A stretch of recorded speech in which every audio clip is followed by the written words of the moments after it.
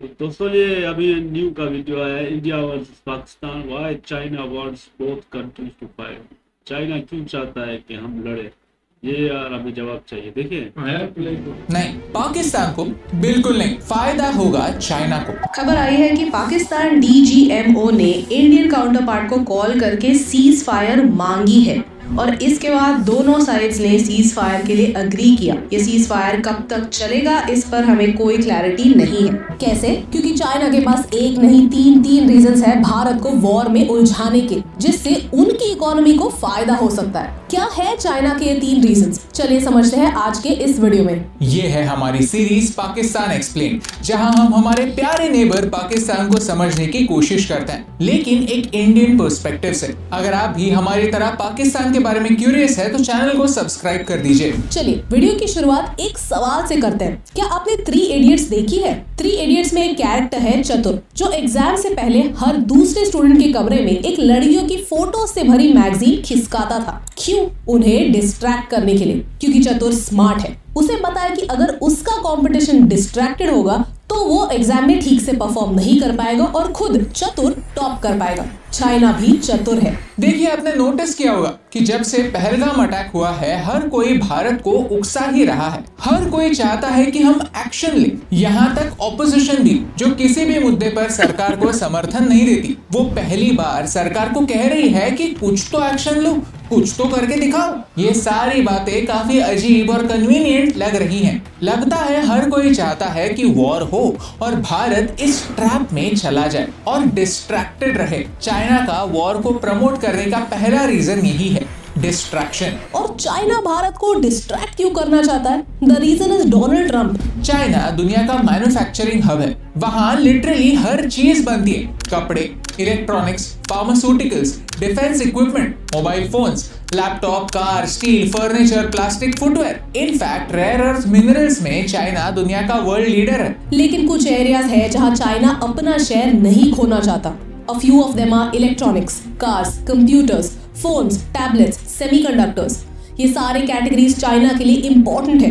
ये critical areas में अपना लीड मेंटेन करना चाइना के लिए इम्पोर्टेंट है, क्योंकि ये प्रोडक्ट्स दुनिया भर में बिकते हैं और इनकी स्ट्रॉन्ग डिमांड है। Now can you imagine living without a smartphone now? Well, all roads to smartphones go through China. Trump के पहले प्रेसिडेंसी में उसने चाइना के साथ ट्रेड वॉर शुरू किया। तब कंपनीज को पहला धक्का लगा कि चाइना में मैन्युफैक्चरिंग करने से उनके प्रॉफिट्स पर असर होगा। फिर आया कोविड। चाइना प्लस 1 स्ट्रैटेजी के तहत कई कंपनीज अलग अलग देशों में अपना प्रोडक्शन शिफ्ट कर रहे थे। कई कंपनीज ने वियतनाम, कंबोडिया, लाओस को चुना, वहां फैक्ट्रीज लगाए, वहां से मैन्युफैक्चर और एक्सपोर्ट करने लगे ताकि लेबल पर चाइना का नाम ना दिखे। इसी ट्रेड वॉर और जियोपॉलिटिकल अनसर्टेनिटी के तहत एप्पल दूसरे देश ढूंढ रहा था टू शिफ्ट आईफोन प्रोडक्शन। तब एक ऑल्टरनेटिव भारत के रूप में आया। 2017 में एप्पल ने एक ताइवानीज कंपनी विस्ट्रन के साथ कर्नाटक में एक आईफोन असेंबली प्लांट ओपन किया। एप्पल का दूसरा पार्टनर फॉक्सकॉन आंध्र प्रदेश के Shri city special economic zone में 2015 से ही ऑपरेट कर रहा है। 2017 में उन्होंने एक और फैक्ट्री खोली। आइडिया यही था कि पहले आईफोन्स को भारत में सिर्फ असेंबल किया जाएगा और फिर भारत से एक्सपोर्ट किया जाएगा, जिससे उन पर टैरिफ्स ना लगे। फॉक्सकॉन का प्लान ये था कि धीरे धीरे डिस्प्लेस और प्रिंटेड सर्किट बोर्ड्स भारत में लोकली बनने लगेंगे ताकि उन्हें चाइना पर डिपेंडेंट ना रहना पड़े। लेकिन ये ऑप्टिमिज्म चाइना को पसंद नहीं आया। क्यों? क्योंकि अगर ये एप्पल के लिए एक सक्सेस स्टोरी बन गया तो दूसरी कंपनीज भी यही सीखेंगे, यही सोचने लगेंगे कि चलो हम भी भारत में मैन्युफैक्चरिंग स्टार्ट कर दें, क्योंकि इससे टैरिफ्स के प्रॉब्लम्स नहीं होंगे, हमें चाइना का अल्टरनेटिव भी मिलेगा और इंडियन मार्केट तो है ही। अब आप सोचिए 2020 के आसपास इंडिया कोई मेजर लीडर तो था नहीं। इलेक्ट्रॉनिक्स की कंपनीज भारत दौड़े चले नहीं आ रहे थे। फिर भी विस्ट्रन, जो एप्पल का एक पार्टनर है, उसके कर्नाटका प्लांट में प्रोटेस्ट हुए, दंगे हुए, वर्कर्स ने इक्विपमेंट को डैमेज किया। इसका रीजन सैलरी का पेमेंट था, लेकिन इस इंसिडेंट के कारण विस्ट्रन को 430 करोड़ का नुकसान हुआ। अल्टीमेटली स्ट्राइक्स और प्रोटेस्ट के कारण विस्ट्रन ने अपना बिजनेस टाटास को बेच दिया और वो एग्जिट कर गए। लेकिन एप्पल के दूसरे पार्टनर फॉक्सकॉन के फैक्ट्रीज में अभी तक ऐसा कोई इशू नहीं हुआ है। ये आर्टिकल एक बहुत अच्छी रीड है on the challenges Foxconn face to run a factory in India. यहाँ आप भारत और चाइना के बीच डिफरेंसेस देख और समझ सकते हैं। फॉक्सकॉन ने इनिशियली तो चैलेंजेस फेस किए थे, लेकिन उन्होंने पुश करके आईफोन 15 को फुल्ली इंडिया में असेंबल किया था, which was a big deal globally, क्योंकि ये प्रूफ था कि आईफोन्स चाइना के बाहर भी बन सकते हैं। Of course, this was not 100% perfect, क्योंकि कई इंटरमीडिएट कंपोनेंट्स चाइना से ही आते हैं जो भारत में अभी तक नहीं बन रहे। लेकिन for a country with no record of doing anything in the electronic space, ये एक काफी बड़ा माइलस्टोन था। कई लोग भारत की स्मार्टफोन जर्नी साइडलाइन से देख रहे थे, and in fact in recent times ये आईफोन स्टोरी भारत से आने वाली सबसे बड़ी स्टोरी है। एप्पल आज $22 बिलियन के स्मार्टफोन्स भारत में बनाता है और उन्हें दुनिया भर में एक्सपोर्ट करता है। 2024 में 1 लाख करोड़ के आईफोन्स भारत से एक्सपोर्ट हुए थे। इनफैक्ट पहले जब सारे कंपोनेंट्स बाहर से आते थे, अब 15 to 20% वैल्यू एडिशन भारत से ही होता है, यानी डोमेस्टिक कंपनीज इस ग्रोथ का हिस्सा बन रही हैं। लेकिन चाइना इस सक्सेस स्टोरी को ज्यादा कंटिन्यू नहीं होने देना चाहता। वो चाहता ही नहीं कि भारत ज्यादा वैल्यू एडिशन करे, क्योंकि इससे कंपनीज को एक रियल इंसेंटिव मिलता है टू डिच चाइना। इसीलिए कुछ महीनों से एक वियर्ड ट्रेंड ऑब्जर्व हो रहा है। चाइना कई प्रोडक्ट्स के एक्सपोर्ट्स रोक रहा है ताकि वो भारत में आ ही ना पाए और हम फाइनल आईफोन डिलीवर ना कर पाए, चाहे वो हाईटेक इक्विपमेंट हो या फिर नॉलेजेबल पर्सनल। चाइना सिर्फ आईफोन्स के केस में एक्सपोर्ट नहीं रोक रहा है, वो और कई इंडस्ट्रीज में भी बाधा डाल रहा है। These include solar panels and tunnel boring machines. In fact tunnel boring machines में कुछ समय तक भारत 100% चाइना पर निर्भर था। I don't know if you know about this, but कुछ ही महीनों पहले सैमसंग की तमिलनाडु फैक्ट्री न्यूज में थी। क्यों? क्योंकि वहाँ के लेबरर्स अपने कोरियन काउंटर पार्ट से पे पैरिटी मांग रहे थे। उन्हें उतने ही पैसे चाहिए थे जितने कोरिया में मिलते हैं, और इसी बात को लेकर स्ट्राइक्स और डिलेज हो रहे थे। ये स्ट्राइक्स हर कुछ महीनों में शुरू होता है, फिर बंद होता है और फिर वापस शुरू हो जाता है। अगर आपको लग रहा होगा कि सैमसंग के लेबर यूनियन प्रोटेस्ट के चाइना से क्या संबंध है, then let me tell you that on 7th May, after India launched Operation Sindoor, Samsung Union has decided to strike again on May 13th. Samsung के ये protest Centre of Indian trade union से backed है, which is the labour wing of Communist Party of India. The rest I leave to your discretion and understanding. China चाहता है कि हम war में इतने डिस्ट्रैक्टेड रहे कि इन इकोनॉमिक इश्यूज पर फोकस ना कर पाए, और ट्रम्प के टैरिफ्स की वजह से चाइना को जो नुकसान हो रहा है, तो इन 4 सालों में भारत चाइना के सारे बिजनेसेस ना खा जाए। तीसरा और सबसे इंपॉर्टेंट रीजन है डेमोन्स्ट्रेशन। अब भारत ने ऑपरेशन सिंदूर लॉन्च कर दिया है। हमने 9 टेरर कैंप्स को एक्सटर्मिनेट कर दिया और 100% चांस है कि पाकिस्तान कुछ न कुछ करेगा। इनफैक्ट उन्होंने ऑलरेडी जम्मू के पूंछ सिटी में हैवी इंडिस्क्रिमिनेट शेलिंग करना शुरू कर दिया है। पाकिस्तान ने अपने साइड से हर तरह का एस्केलेशन किया है। 8 मई की रात को पाकिस्तान ने 26 भारतीय शहरों को टारगेट किया। पाकिस्तान ने 300 से 400 टर्किश सोंगार ड्रोन्स भारत के बॉर्डर स्टेट्स में भेजे। एलओसी पर भारी मात्रा में सिविलियन एरियाज पर शेलिंग की। श्रीनगर में भी ड्रोन अटैक्स हुए। भारतीय सेना ने जमकर इन सब का रिस्पॉन्स दिया। But one thing to note, while we attack terror camps, Pakistan is attacking civilian areas. Pakistan और चाइना के काफी गहरे संबंध है। चाइना ने पाकिस्तान में चाइना पाकिस्तान इकोनॉमिक कॉरिडोर के अंडर काफी इन्वेस्टमेंट किया है। कई इंफ्रास्ट्रक्चर प्रोजेक्ट्स बांधे हैं। ग्वादर में पोर्ट बांधा है। इनफैक्ट वो तो अपने इंफ्रास्ट्रक्चर का उपयोग बलूचिस्तान से मिनरल वेल्थ डिप्लीट करने में भी यूज करते, जिसे हमने इस वीडियो में एक्सप्लेन किया।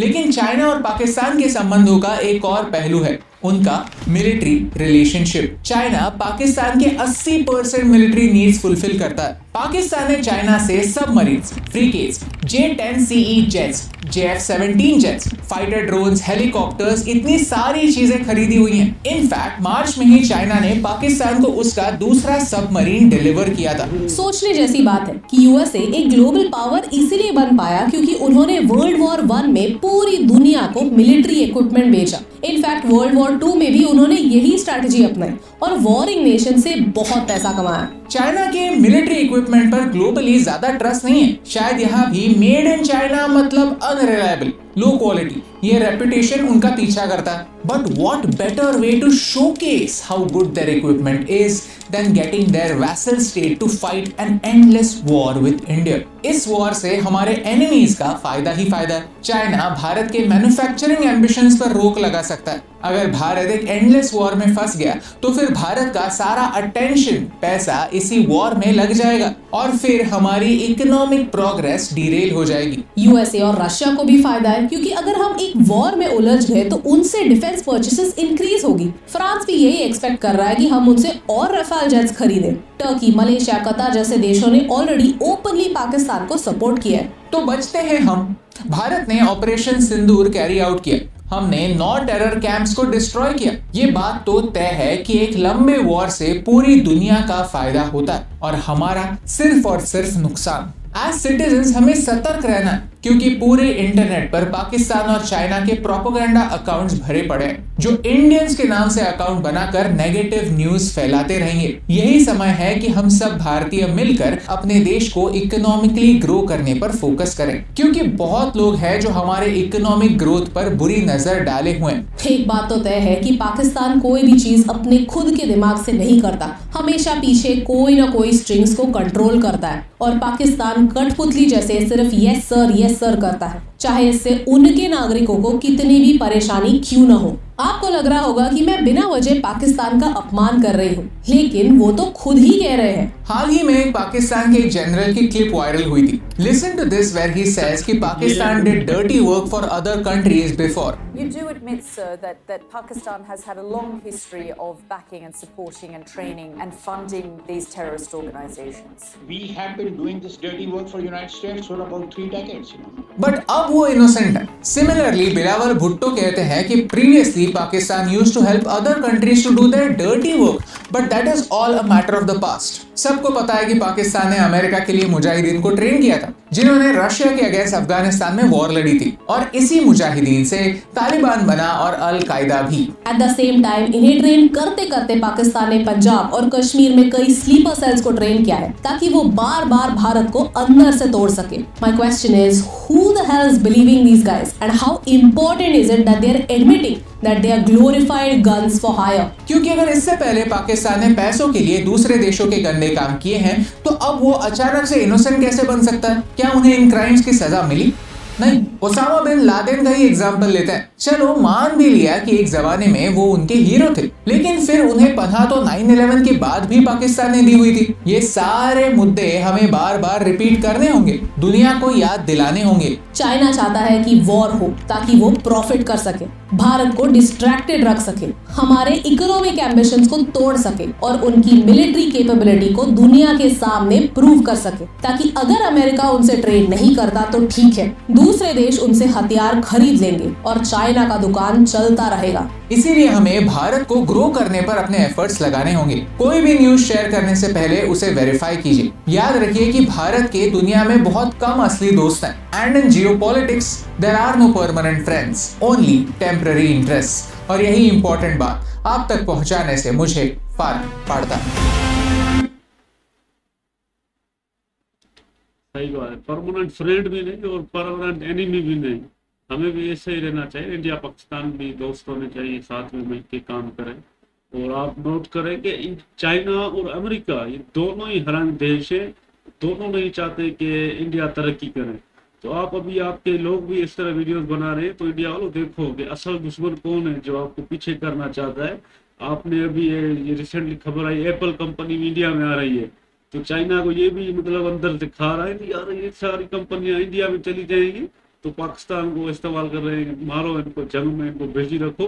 चतुर ने जैसे दूसरे स्टूडेंट को बिजी रखा, वही फर्स्ट ना आए, वैसे ही चाइना हरामी कर रहा है और इंडिया को मतलब अंदर से तबाह करने की कोशिश कर रहा है।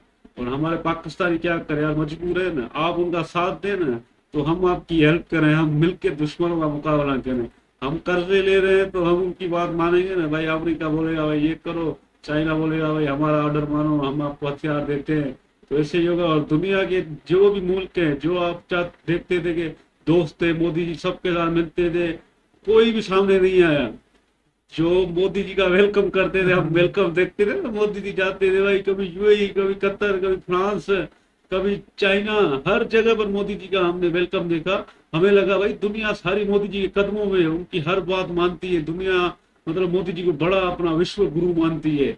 लेकिन जिस तरह भाई जंग आई सारे पीछे हट गए, सारे बोल रहे हैं भाई लड़ो भाई तबाह हो जाओ, हम हथियार देंगे, हमसे बस ट्रेड करो, बिजनेस करो।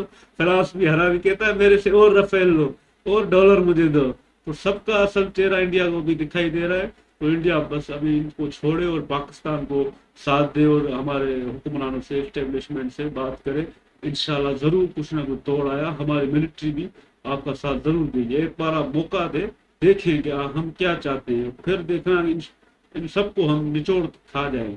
बिल्कुल भाई, हमारे से दोस्ती करो इंडिया भी, बस हम भी आपके दोस्ती के लिए भाई तरस रहे हैं कि आप हमारे साथ दोस्ती बनाओ। फिर भाई चाइना की भी हम बात नहीं सुनेंगे, अमेरिका भी नहीं सुनेंगे इनकी। देखो ना कितने खुल के चेहरे सामने आ गए आपके भाई।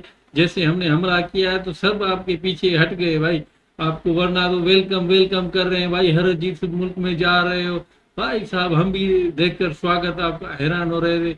जैसे ही हमारे मिसाइल छोड़े तो भाई सब पीछे हट गए। अगर वो भी आपके साथ मिल जाते ना तो हमारे ऊपर बड़ा दबाव हो जाता भाई। ये तो भाई सारे सच वाले दोस्त हैं इनके, मोदी जी के भाई। सब हथियार भेज रहे नहीं, सब भाग गए भाई मोदी जी को अकेला छोड़कर। और ऊपर से अमेरिका बीच में घुसाया भाई, नहीं लड़ो। वो चाइना कहता है लड़ो भाई, इनसे लड़ो, इनको उलझाओ। ये हमारी आईफोन कंपनी भी लेकर गए, अभी दूसरी छोटी छोटी कंपनियां भाग रही है हमसे। तो इनको भाई, इनको इधर ही खत्म करो इंडिया को भाई। हमें हथियार मिल रहे हैं, हमें हर चीज मिल रही है, हम तो लड़ेंगे ना। हमें कर्ज मिल रहा है, आप हमारे साथ दोस्ती करो बस, हम भी यही चाहते हैं। इंडिया और पाकिस्तान की दोस्ती होगी ना, पूरी दुनिया को ना वो चुभेगी। ठीक है ना, आप भी मानते हो तो भाई ये रशिया वाले, ये रूस वाले, ये फ्रांस वाले, अमेरिका वाले ये बोलते हैं हमारे से माल लो, पैसे दो और माल दो। आपको भी पता है तो आपके यार अटैक होता है, जो भी होता है भाई पाकिस्तान के ऊपर लगा देते हो। आप भी तहकीकात नहीं करते हो ना, नहीं, बस फौरन आपकी जो गवर्नमेंट की जो पॉलिसी भाई पाकिस्तान ने ये किया है, आपकी जो आवाम है और वो भी बोलते हैं भाई पाकिस्तान ने किया है। तहकीकात तो करो, उसके बाद किसी के ऊपर इल्जाम लगाओ ना। अभी आपके यहाँ देखो कितने सारे मगरमच्छ है ना, वो इंतजार में बैठे हुए, ये लॉस हो इंडिया को तो हम इसको खा जाए पूरे का पूरा।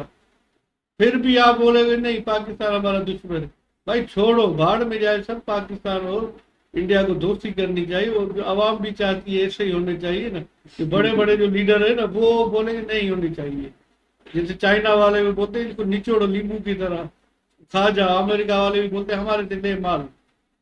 हाँ भाई, ये पाकिस्तान और इंडिया और दोस्त बन जाएंगे और पूरी दुनिया में नंबर 1 हो जाएंगे। अमेरिका वाले इनके आगे कुछ भी नहीं है भाई। और वहाँ अपोजिशन वाले भी बोल रहे तो मोदी जी क्यों नहीं लड़ रहे, अभी लड़ो, अभी साथ दे रहे ताकि कुछ गड़बड़ हो, ताकि हम फिर मोदी जी को पकड़े।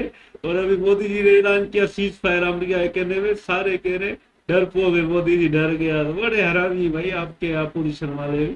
तो हर तरह भाई दुश्मनी है, इसलिए अब बच के रहो। इंडिया तरक्की तो कर रहा है पर अभी असल चेहरा आ गया भाई दुनिया का, किस तरह इंडिया को ट्रीट करते हैं। सब बोल रहे हैं इंडिया फेल हो गया भाई फॉरेन पॉलिसी में।